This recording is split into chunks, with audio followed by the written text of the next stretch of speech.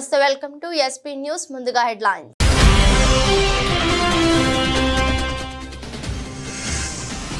ప్రధాని మోదీ అధ్యక్షతన నీతి ఆయోగ్ భేటీ ప్రారంభం. పలు రాష్ట్రాల సీఎంలు గైహాజరు.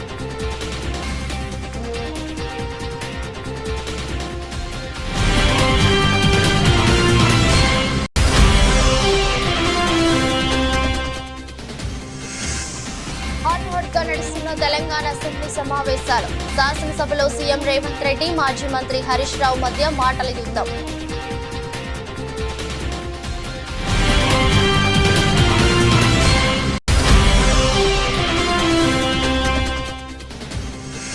పథకాలు అమలు చేయలేమని చేతులెత్తేశారు. కూటమి ప్రభుత్వంపై విమర్శలు గుప్పించిన మాజీ మంత్రి బుగ్గన రాజేంద్రనాథ్ రెడ్డి.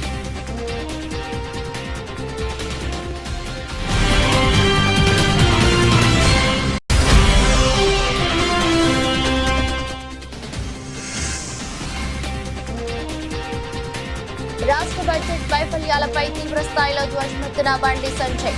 ఆదాయానికి వ్యయానికి పొంతం లేని రాష్ట్ర బడ్జెట్ అని విమర్శ.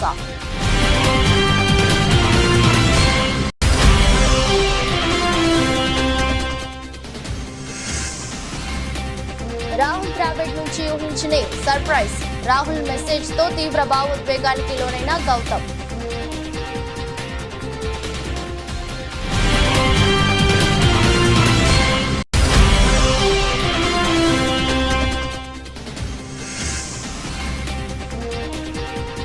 ఐదు రోజుల నష్టాలకు తెరదించిన మార్కెట్. కొత్త రికార్డు నెలకొల్పిన Nifty.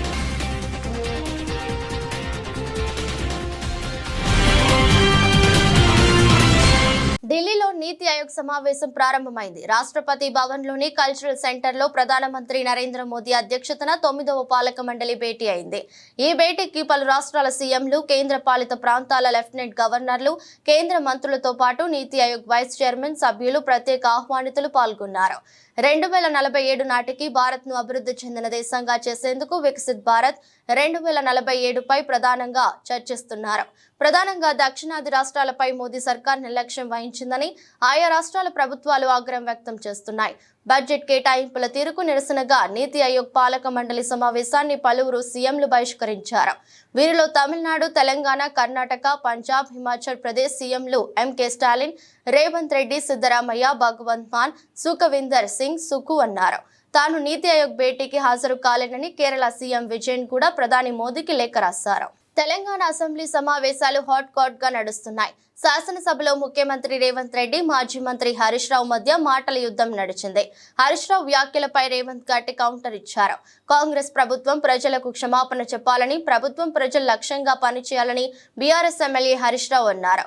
6 గ్యారంటీలకు vote on account budget లో కేటాయింపులు పెంచారు, కానీ అసలు బడ్జెట్ లో కేటాయింపులు తగ్గించారని విమర్శించారు. కాంగ్రెస్ అంటేనే డోకా పార్టీగా మారిపోయిందని హరీష్ విమర్శలు గుప్పించారు. ఈ వ్యాఖ్యలపై సీఎం రేవంత్ స్ట్రాంగ్ కౌంటర్ ఇచ్చారు. అబద్ధాలతో హరీష్ రావు ఊకదంపుడు ఉపన్యాసం ఇస్తున్నారని మండిపడ్డారు. ప్రజలను మభ్యపెట్టాలని చూస్తే వారు నమ్మడానికి సిద్ధంగా లేరన్నారు. ప్రజలు శిక్షించినా వాళ్ళ ఆలోచన మారలేదని, అదే ఊకదంపుడు ఉపన్యాసాలు ఇస్తున్నారన్నారు. లక్షల కోట్ల విలువైన ఔటర్ రింగ్ రోడ్ ను 7,000 కోట్లకే తెగనమ్మారని మండిపడ్డారు. అందుకే అధ్యక్ష, మా వెంకటరెడ్డి గారు ఒక మాట చెప్పారు, వారికి హాఫ్ నాలెడ్జ్ అని. వారికేమో హాఫ్ నాలెడ్జ్, పెద్దానికేమో ఫుల్ నాలెడ్జ్. ఇక మేము ఏం చేస్తాం అధ్యక్ష? డిస్ట్రిబ్యూషన్ ట్రాన్స్ఫార్మర్స్ దగ్గర జనవరి 4 తారీఖు నాడు ఒప్పందం చేసుకొని ఏం చెప్పిండ్రు అధ్యక్ష అంటే, జూన్ 30 తారీఖు లోపల, అంటే దాదాపుగా 6 నెలల లోపల డిస్ట్రిబ్యూషన్ ట్రాన్స్ఫార్మర్స్ దగ్గర 100% మేము మీటర్లు బిగిస్తామన్నారు. అదేవిధంగా 500 యూనిట్లు కానీ 200 యూనిట్లు వాడుకునే వాళ్లకు 31 డిసెంబర్ 2018, అదేవిధంగా 31 డిసెంబర్ 2019, అంటే 100% గృహ వినియోగదారులకు, అదేవిధంగా వ్యవసాయ డిస్ట్రిబ్యూషన్స్ ఉన్న దగ్గర మేము మీటర్లు పెడతామని ఒప్పందాలు చేసి సంతకాలు చేశారు అధ్యక్ష. ఈ సంతకాలు పెట్టింది ఎవరు అధ్యక్ష? ఆ పేర్లు కూడా నేను చెప్తా అధ్యక్ష, ఎందుకంటే ఈ రికార్డులను సవరించాల్సిన బాధ్యత, అంటే అబద్ధాలను ఈ రికార్డులో ఉంటే రేపు భవిష్యత్తులో కొత్తగా వచ్చే ఎమ్మెల్యేలు ఇదంతా నిజం అనుకునే ప్రమాదం ఉంది. ఇందులో సంతకాలు పెట్టిన దాంట్లో అధ్యక్ష తెలంగాణ రాష్ట్ర ప్రభుత్వం తరఫున Ajay Mishra IAS, special chief secretary, energy department, government of Telangana, discom southern power distribution company of Telangana limited నుంచి శ్రీ జి రఘుమారెడ్డి, అదేవిధంగా అధ్యక్ష వీరు సదరన్ డిస్కామ్ నుంచి, అదేవిధంగా discom northern power distribution company of Telangana limited నుంచి ఏ గోపాలరావు, ఈ అధికారులు కేంద్ర ప్రభుత్వంతో ఒప్పందం చేసి ఈ సంతకాలు పెట్టి అన్ని దగ్గరలో మీటర్లు పెడతామని చెప్పిన మాట వాస్తవం అధ్యక్ష. ఈరోజు తమరి ద్వారా తెలంగాణ సమాజానికి నేను స్పష్టమైన వివరాలను తెలంగాణ సమాజానికి నేను చెప్పదలుచుకున్నాను. ముఖ్యమంత్రి రేవంత్ రెడ్డి కేసీఆర్ బాటలో నడుస్తున్నారని కేంద్ర మంత్రి బండి సంజయ్ విమర్శించారు. బ్రోకర్లకు కమిషన్లు ఇచ్చి మర్చెంట్ బ్యాంకర్స్ ద్వారా అధిక వడ్డీలకు వేలాది కోట్ల రూపాయలు అప్పులు తెచ్చే కుట్రలకు కాంగ్రెస్ ప్రభుత్వం తెరలేపిందని విమర్శించారు. దీంతో రాష్ట్ర ప్రజలపై మోయలేని భారం పడుతుందన్నారు. ఈ అంశంపై అసెంబ్లీలో చర్చ జరగాలని డిమాండ్ చేశారు. అసెంబ్లీ బడ్జెట్ కాంగ్రెస్ 6 గ్యారంటీలు అన్ని గాడిద గుడ్డే అన్నారు. 64 మంది కాంగ్రెస్ ఎమ్మెల్యేలు 8 మంది ఎంపీలు గాడిద గుడ్డే అన్నారు. నీతి ఆయోగ్ సమావేశానికి సీఎం రేవంత్ రెడ్డి హాజరు కాకపోవడం దుర్మార్గం అన్నారు. కాంగ్రెస్ బీఆర్ఎస్ పార్టీలు అవకాశవాద పార్టీలు అని విమర్శించారు. అవకాశం వస్తే కాంగ్రెస్ పార్టీలో బీఆర్ఎస్ విలీనం అవడం ఖాయమని జోషం చెప్పారు. కాళేశ్వరంపై కాంగ్రెస్ బీఆర్ఎస్ కలిసి డ్రామాలు ఆడుతున్నాయన్నారు. ఈ 10 ఏళ్లలో కేంద్ర ప్రభుత్వం ద్వారా 10 లక్షల కోట్ల నిధులు కేటాయించింది తెలంగాణ రాష్ట్రానికి. 10 ఏళ్లలో 10 లక్షల కోట్ల రూపాయల నిధులు మనం సంక్షేమ పథకాలు కానీ, అభివృద్ధి నిధులు కానీ, రుణాల రూపకంగా మనకి కేటాయించిన విషయం వాస్తవం. ఆధారాలతో సహా అనేక ప్రాంతాలు అనేక సందర్భాల్లో మేము స్పష్టం చేయడం జరిగింది. అవి చెప్పినాకనే కేసీఆర్ అనుమూసుకుని సప్లై కొన్నాడు. ఆ ఉరుడు బంద్ చేసినప్పుడు కేసీఆర్ ట్యాక్స్ డివల్యూషన్ వివిధ కేంద్ర పథకాల అమలు కోసం ఈ 10 ఏళ్లలో 6,75,000 కోట్ల రూపాయలు ఖర్చు చేసినాం. ఇలా కొనుగోలు వడ్లు పత్తి సేకరణ కోసం, కొనుగోళ్ల కోసం ఇలా పండించిన ప్రతి గింజ మేమే కొంటాం, కేంద్ర ప్రభుత్వం పెత్తనం ఏంది అని చెప్పి గతంలో కేసీఆర్ మంత్రివర్గం అన్నారు. నేను అనేక కొనుగోలు సెంటర్ తిరిగినాను. సుధీర్ తాడు చూపెట్టినా, సుధీర్ తాడు పైసలు కేంద్రం వేస్తుంది, గోనె సంచి పైసలు కేంద్రం వేస్తుంది, ట్రాన్స్పోర్టేషన్ పైసలు కేంద్రం వేస్తుంది, అక్కడ లేబర్ పైసలు కేంద్రం వేస్తుంది, అక్కడ పనిచేసే క్లర్కుల పైసలు కేంద్రం వేస్తుంది, రాష్ట్ర ప్రభుత్వం బ్రోకర్ చేసిన కమిషన్లో కేంద్రం వేస్తుంది, ఈ వడ్లను స్టోరేజ్ చేసేందుకు ఆ గోదాం కిరాయి కూడా కేంద్రం వేస్తుంది. ఇవన్నీ చెప్పుకుంటూ వచ్చినాం. ఇప్పుడు దానికోసము 1,60,000 కోట్ల రూపాయలు కేటాయించాం మనం. ఈ 10 ఏళ్లలో 1,60,000 కోట్ల రూపాయలు ఖర్చు చేసింది కేంద్ర ప్రభుత్వం. ఇలా వడ్లు పత్తి సేకరణ కోసం. కిసాన్ సమ్మాన్ నిధి కింద 30 లక్షల మంది రైతులకు 9,000 కోట్ల రూపాయలు ఇలా కేంద్ర ప్రభుత్వం కేటాయించింది. ఇలా ఎంఎస్పీ 10 సంవత్సరాల్లో ఎంఎస్పీ 9 సార్లు పెంచినాం. ఎంఎస్పీ కింద 27,000 కోట్ల రూపాయలు కేటాయించడం తెలంగాణ రాష్ట్రానికి ఖర్చు పెట్టినాం మనం. ఏపీ అసెంబ్లీలో ఆర్థిక శాఖ శ్వేతపత్రం విడుదల చేయడంపై మాజీ ఆర్థిక మంత్రి బుగ్గన రాజేంద్రనాథ్ రెడ్డి స్పందించారు. ఈ విషయమై ఆయన మీడియాతో మాట్లాడుతూ 2014 చంద్రబాబు సీఎం కాకముందు రాష్ట్ర రెవెన్యూ ఆదాయం 90,672 కోట్లు, బాబు దిగిపోయే నాటికి 1,14,671 కోట్లు ఉందని, వైఎస్ జగన్ దిగిపోయే నాటికి అంటే 2024కి 1,76,448 కోట్లు ఉందని వివరణ ఇచ్చారు. ఇది కాక ఫైనల్గా 31 పేజీకి వచ్చేసినారు. 31 పేజీకి వచ్చి ఫైనాన్షియల్ స్ట్రెస్, డిస్ట్రెస్ ఏమంటారు? డిస్ట్రెస్ ప్రకారము 2 లక్షల అంటే మీరు చెప్పే ప్రకారము మీరేమన్నారు? ఫస్ట్ మీరు నన్ను గెలిపించుకోండి, బ్రహ్మాండమైన పరిపాలన ఇస్తాను, నేను సూపర్ 6 ఇస్తాను, ఇంటింటికి చూసినారు కదండి వీడియోలో. వాళ్ళ మంత్రి ఒక ఆయన అసలు ఇంటింటికి పోవడము, అమ్మ ఎంతమంది ఉన్నారు పిల్లలు, నీకు 15, నీకు 15, నీకు 15, నీకు 15, 60 ఇట్లా 15, 16, 17, 18 ఇష్టాంతరాన్ని చెప్పుకుంటా ఇండ్లు తిరుగుతున్నాయి. పాపం అమాయకమైన పేద ప్రజలు ఎవరైనా కానీ ఎంతో కొంత పాపం ఆశ. మీరేమంటారు? సంపద సృష్టిస్తా అంటారు. ఈరోజేమో సూపర్ 6 ఫస్ట్ ఓవర్లోనే డక్అవుట్, చేతులు ఎత్తేస్తారు. అంటే మీరేమంటున్నారు? ఇప్పుడు అసలు సంపదలో మేము స్పెషలిస్ట్ అంటే అది కూడా చూద్దాం. ఇప్పుడు సంపదలో మీరికైనా స్పెషలిస్ట్ అయితే మీది పాత రికార్డు ఉంది కదా, చూద్దాం. 2014-15 అప్పుడు రాష్ట్ర రెవెన్యూ, స్టేట్స్ ఓన్ రెవెన్యూ 90,672 కోట్లు, 90,672 కోట్లు. 2018-19 మీరు దిగిపోయేటప్పటికీ అది ఎంత అయింది? 1,14,671 కోటి, 1,14,671 కోటి. అంటే సంవత్సరం మీద సంవత్సరం పెరుగుదల సిఏజీఆర్ చూస్తే 6.09. మాకు పరిపాలన రాదు కదండి. మీరు ప్రజలకు అందరూ చెప్తున్నారు కదా మాకు పరిపాలన రాదని చెప్పి మాకు చూద్దాం ఎట్లుందో. 2019-20 1,11,034 అయితే 2022-23 ఆర్ఈకి వచ్చేటప్పటికి రివైజ్ ఎస్టిమేట్స్కి వచ్చేటప్పటికి 1,76,448. అంటే ఎంతండి? 16.7% సంవత్సరం మీద సంవత్సరం పెరుగుదల. ఇప్పుడు రాష్ట్రం బాగుందా లేదా అనే దానికి నిర్ధారణ ఏ విధంగా చూసుకుంటారు? రాష్ట్రానికి వచ్చే ఆదాయం అనేది ఒక ముఖ్యమైన విధానం కదా. రాష్ట్రానికి వచ్చే ఆదాయం చూస్తే 2014-15 నుంచి 2018-19 6% మాదిరిగా మీరు పెంచితే 2018-19 నుంచి 23-24 వచ్చేటప్పటికి 16% మేము పెంచినాం. మంత్రి కోమటిరెడ్డి హాఫ్ నాలెడ్జ్ తో మాట్లాడుతున్నారని బీఆర్ఎస్ ఎమ్మెల్యే మాజీ మంత్రి హరీష్ రావు అన్నారు. గతంలో డబ్బులిచ్చి టీపీసీసీ తెచ్చుకున్నారని అనలేదా అని ప్రశ్నించారు. బస్సులు సరిపోక ప్రజలు ఇబ్బంది పడుతున్నారని చెప్పారు. బస్సులు లేని 1,500 గ్రామాలకు బస్సులు నడపాలని డిమాండ్ చేశారు. అసెంబ్లీలో బడ్జెట్ పై సాధారణ చర్చను హరీష్ రావు ప్రారంభించారు. ఈ సందర్భంగా బడ్జెట్ ప్రసంగం ఒక రాజకీయ ప్రసంగంలా ఉందని విమర్శించారు. బీఆర్ఎస్ ప్రభుత్వ పాలన బాగాలేదని మాటలు చెప్తే సరిపోతుందా అని ప్రశ్నించారు. 4.5 లక్షలు లేని జీఎస్డీపీని 14 లక్షలకు తీసుకెళ్లింది బీఆర్ఎస్ ప్రభుత్వమేనన్నారు. అసెంబ్లీలో బడ్జెట్ పై సాధారణ చర్చను ఆయన ప్రారంభించారు. గత ప్రభుత్వ పాలన బాగాలేదని ఆధారాలు చూపించాలని డిమాండ్ చేశారు. ఈ సందర్భంగా మంత్రి కోమటిరెడ్డి కలగజేసుకుని బీఆర్ఎస్ పాలనలో ఒక్క హామీ నెరవేర్చలేదని విమర్శించారు. బీఆర్ఎస్ నేతలు వచ్చి పచ్చి అబద్దాలు మాట్లాడుతున్నారని ఆగ్రహం వ్యక్తం చేశారు. 24 గంటల కరెంట్ ఎక్కడిచ్చారో చెప్పాలని, దీనికి హరీష్ రావు మంత్రి కోమటిరెడ్డికి కౌంటర్ ఇచ్చారు. కోమటిరెడ్డి హాఫ్ నాలెడ్జ్ తో మాట్లాడుతున్నారని విమర్శించారు. ఇప్పుడు నేను కోమటిరెడ్డి గారికి ఘాటుగా సమాధానం చెప్పగలుగుతా, కానీ నా బాధ ఏంటంటే ఇట్ విల్ డీవియేట్. ఆయనకేమో హాఫ్ నాలెడ్జ్. ఇప్పుడు ఆయన ఏం మాట్లాడిండు? Yes you are half knowledge fellow. అధ్యక్ష, నడి రోడ్డు మీద నిరుద్యోగులపై లాఠీలు జులిపించడమే మీరు చెప్పిన పూర్తి స్థాయి ప్రజాస్వామ్యమా? ఆర్ట్స్ కాలేజీలో జరుగుతున్న లాఠీ చార్జిని చిత్రీకరిస్తున్న జర్నలిస్టును అసభ్య పదజాలంతో బూతులు తిట్టి కొట్టడమేనా కాంగ్రెస్ మార్కు ప్రజాపాలన? అంగన్వాడీలను, ఆశా వర్కర్లను తమ డిమాండ్ల సాధన కోసం రోడ్డెక్కితే అణచివేత, ప్రతిపక్ష కార్యకర్తలపై ప్రతీకార దాడులు.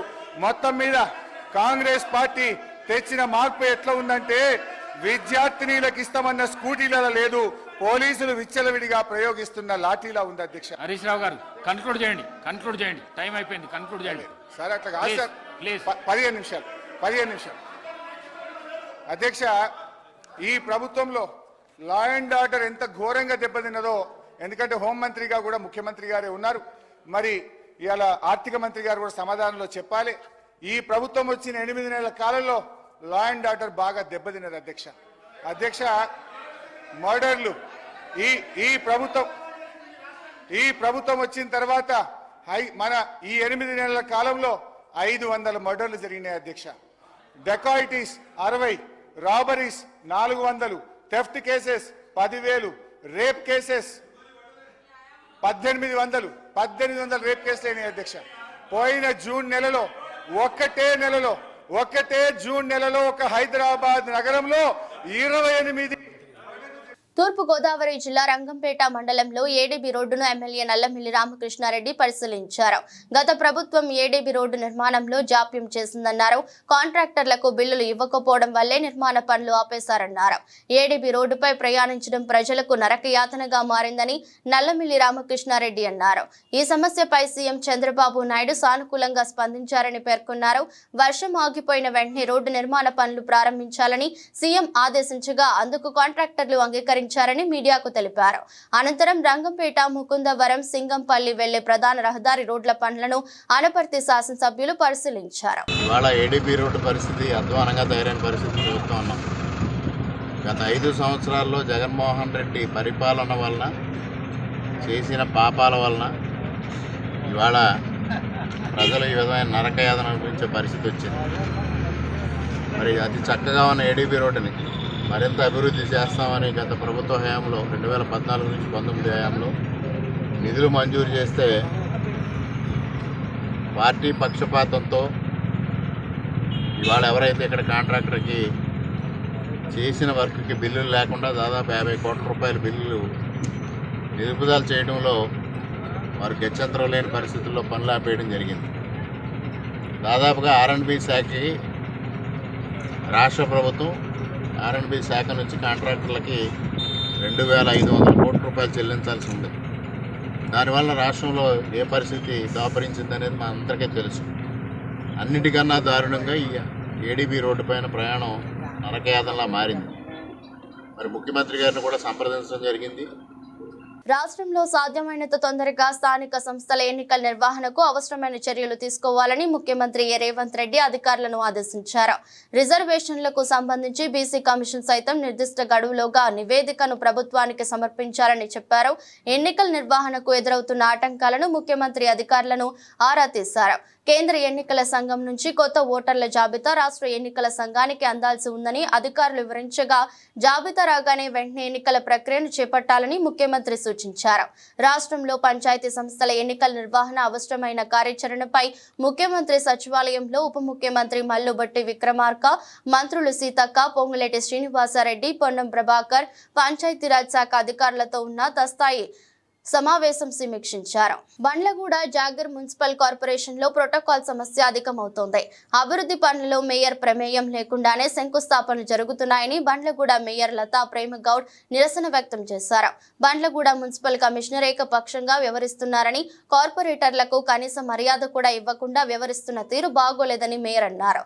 బండ్లగూడ జాగర్ లో జరిగే ప్రతి అభివృద్ధి కార్యక్రమంలో ప్రోటోకాల్ ప్రకారం మేయర్ ఆయన తనకు కార్పొరేటర్లకు సమాచారం ఇవ్వకుండా కమిషనర్ ఏకపక్ష నిర్ణయాలు తీసుకుంటున్నారని, దీనిపై రంగారెడ్డి జిల్లా కలెక్టర్ కు ఫిర్యాదు చేసినట్లు బండ్లగూడ జాగీర్ మేయర్ లతా ప్రేమ్ గౌడ్ తెలిపారు. ఈరోజు బండ్లగూడ జాగీర్లో అత్యవసర కౌన్సిల్ మీటింగ్ పెట్టుకోవాలని ఎజెండా కూడా మేము తయారు చేసుకున్నాము. దానికి అందరం సంతకాలు కూడా పెట్టినాము.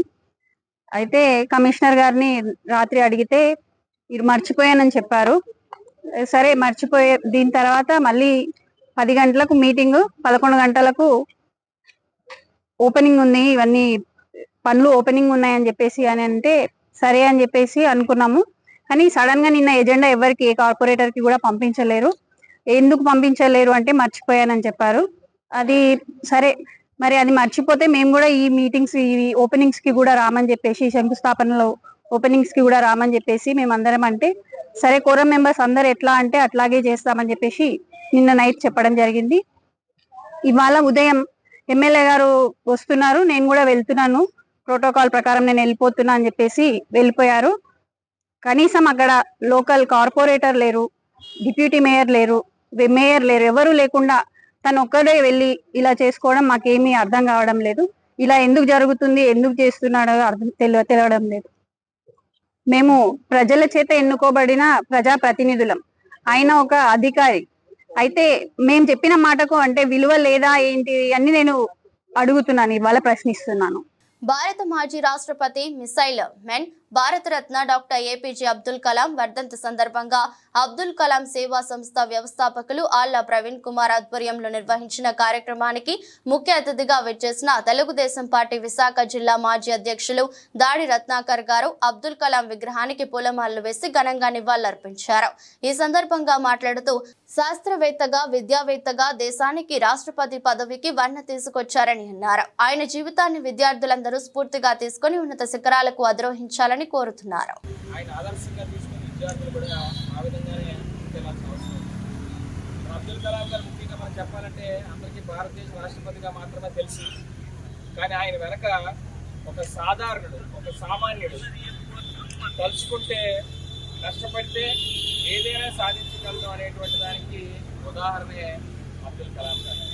ఒక పేద తరగతి నుంచి, ఒక పేద కుటుంబం నుంచి పుట్టి, అలాగే ఒక సైంటిస్ట్గా, ఊరికే ఏదో ఒక డిఆర్డిఓలో సైంటిస్ట్ మాత్రమే కాకుండా మిసైల్ మ్యాన్ ఆఫ్ ఇండియా అని పేరు గాంచినటువంటి వ్యక్తి. అంటే మిసైల్ మ్యాన్ ఆఫ్ ఇండియా అంటే ఇవాళ భారతదేశం గర్వపడేటువంటి క్షిపణి ఆయన ప్రత్యేకంగా రూపొందించడం జరిగింది.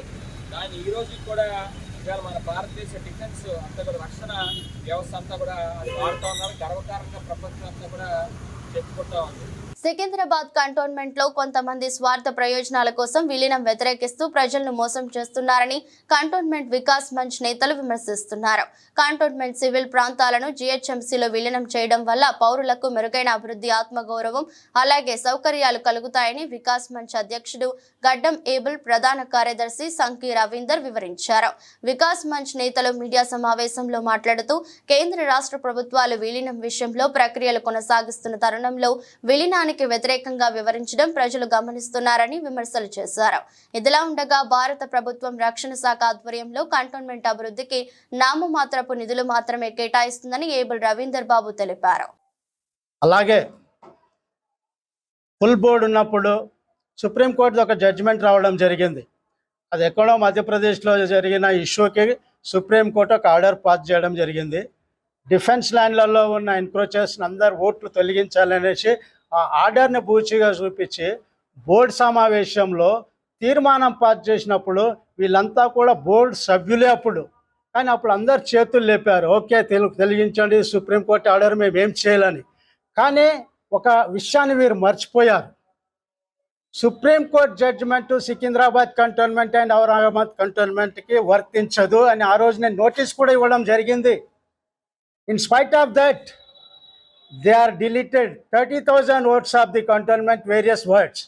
ఇది చాలా చట్ట విరుద్ధము, అన్కాన్స్టిట్యూషనల్, మరి ఫండమెంటల్ రైట్ని వైలేట్ చేయడం తప్పిస్తే మరొకటి కానే కాదు. ఈ ఆఫ్టర్ ఆల్ 30,000 ఓట్లను రీఇన్స్టేట్ చేయలేని సభ్యులు కంటోన్మెంట్ అభివృద్ధిని ఎలా చేస్తారని ప్రజలను నమ్మమంటారు అనేసి నేను ప్రశ్నిస్తున్నాను వీళ్ళని. ఆఫ్టర్ ఆల్ ఇది ఫండమెంటల్ రైట్, ఓటు హక్కు అనేది మనకి రాజ్యాంగం కల్పించిన హక్కు. ఇటువంటి హక్కు కాలరాసినప్పుడు కూడా అది కూడా ఒక సుప్రీంకోర్టు జడ్జిమెంట్ ఈ కంటోన్మెంట్కి వర్తించని జడ్జిమెంట్ని తీసుకొని బోర్డులో తీర్మానం చేసి అమాయక ప్రజానీకాన్ని 30,000 కోట్లను తొలగించినారంటే బోర్డు సభ్యులు ఉండి ఎందుకు, బోర్డు సభ్యులని ప్రజలు ఎన్నుకొని బోర్డుకు పంపించడం ఎందుకు? పుచ్చకాయల దొంగ అంటే భుజాలు తడుముకున్న విధంగా మాజీ ముఖ్యమంత్రి వైఎస్ జగన్ తీరు ఉందని తెలుగు శక్తి అధ్యక్షుడు బివి రామ్ ఎద్దేవా చేశారు. శనివారం అనకాపల్లి డివిఆర్ కార్యాలయంలో ఏర్పాటు చేసిన మీడియా సమావేశంలో బివి రామ్ మాట్లాడుతూ YS Jaganmohan Reddy red book అంటూ ఎందుకు ఉలిక్కి పడుతున్నారని ప్రశ్నించారు. ఎవరైతే తప్పులు చేశారో, ఎవరైతే ప్రజల హక్కులకు భంగం కలిగించారో అటువంటి వారి పేర్లు రెడ్ బుక్ లో ఉంటాయని తెలిపారు. ఇవాళ ఎలాగుందంటే జగన్మోహన్ రెడ్డి గారు పుచ్చకాయల దొంగ అంటే భుజాలు తడుకునే విధంగా రెడ్ బుక్ అని చెప్పి పదే మాట్లాడుతున్నారు. ఇవాళ రెడ్ బుక్ అనేది ఎవరైతే తప్పులు చేశారో, ఎవరైతే ప్రజల హక్కులు కాలు రాశారో అలాంటి వాళ్ళ పేరు రెడ్ బుక్లో ఎక్కించారు. నాడు చెప్పారు, నేడు లోకేష్ గారు అంటున్నారు తప్ప అలాంటి వాళ్ళు శిక్షిస్తా అని చెప్పి అంటున్నారు తప్ప ఇదేమీ రాజారెడ్డి రాజ్యాంగం కాదు మనం చేస్తున్నారు.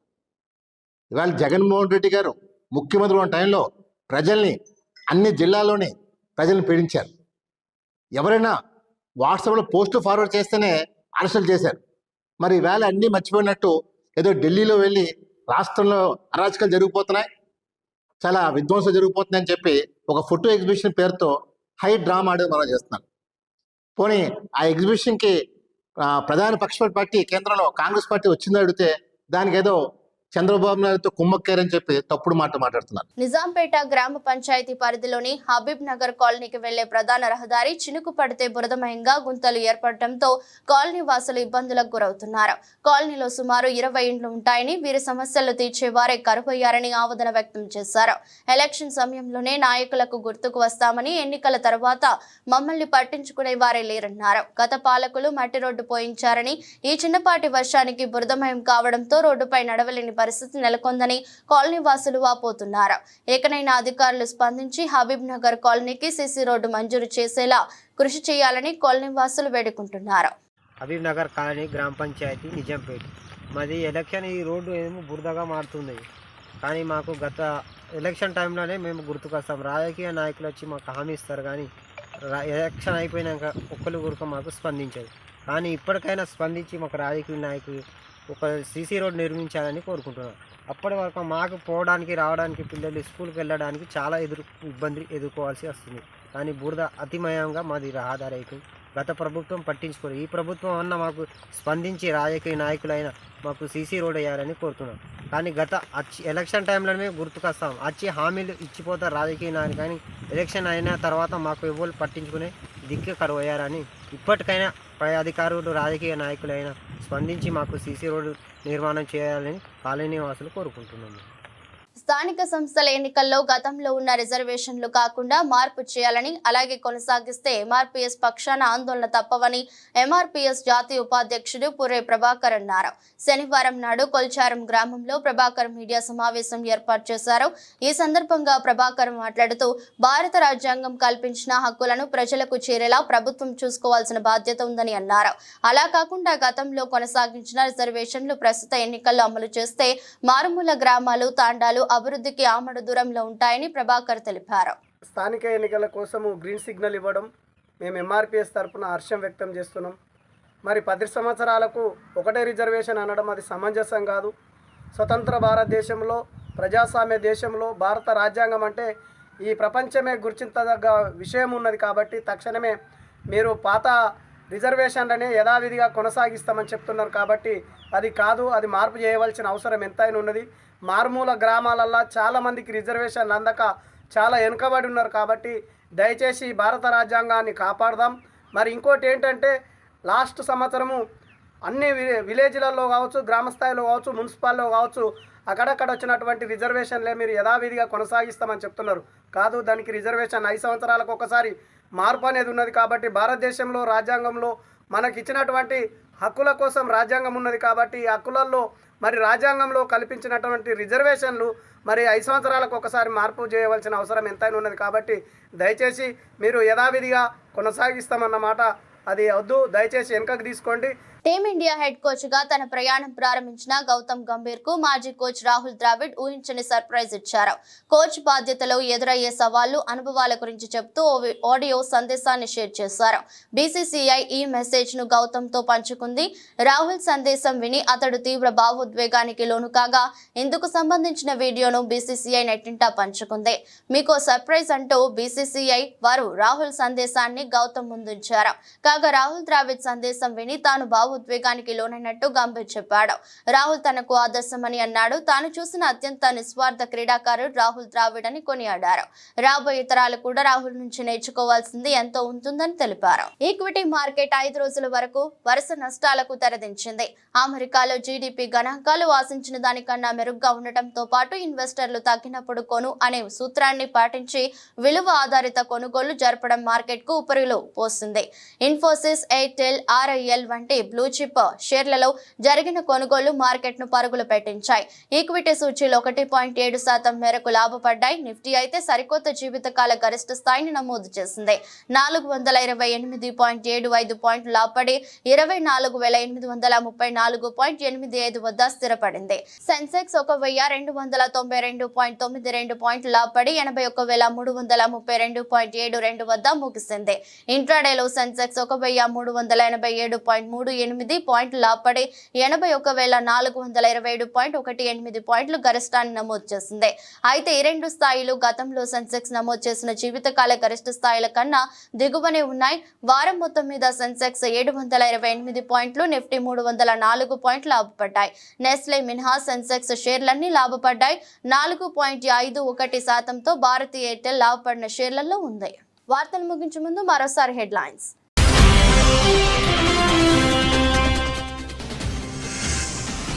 ప్రధాని మోదీ అధ్యక్షతన నీతి ఆయోగ్ భేటీ ప్రారంభం. పలు రాష్ట్రాల సీఎంలు గైహాజరు.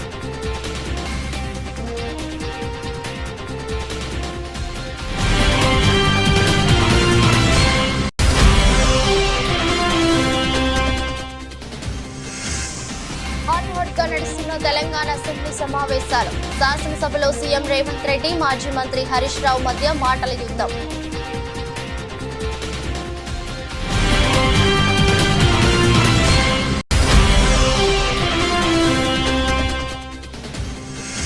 పథకాలు అమలు చేయలేమని చేతులెత్తేశారు. కూటమి ప్రభుత్వంపై విమర్శలు గుప్పించిన మాజీ మంత్రి బుగ్గన రాజేంద్రనాథ్ రెడ్డి.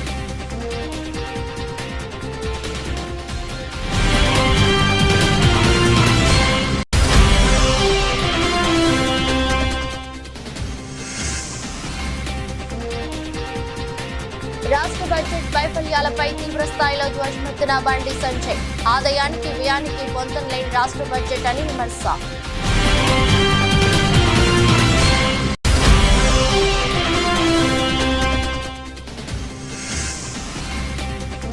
రాహుల్ ద్రావిడ్ నుంచి ఊహించని సర్ప్రైజ్. రాహుల్ మెసేజ్ తో తీవ్ర భావోద్వేగానికి లోనైన గౌతమ్.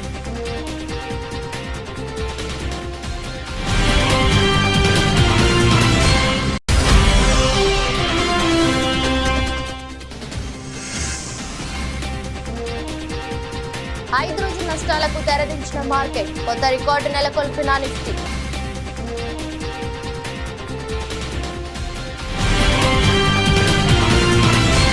ఇది రోజు బులెటిన్. మరో బులెటిన్లో మళ్ళీ కలుద్దాం. అంతవరకు సెలవు. నమస్కారం.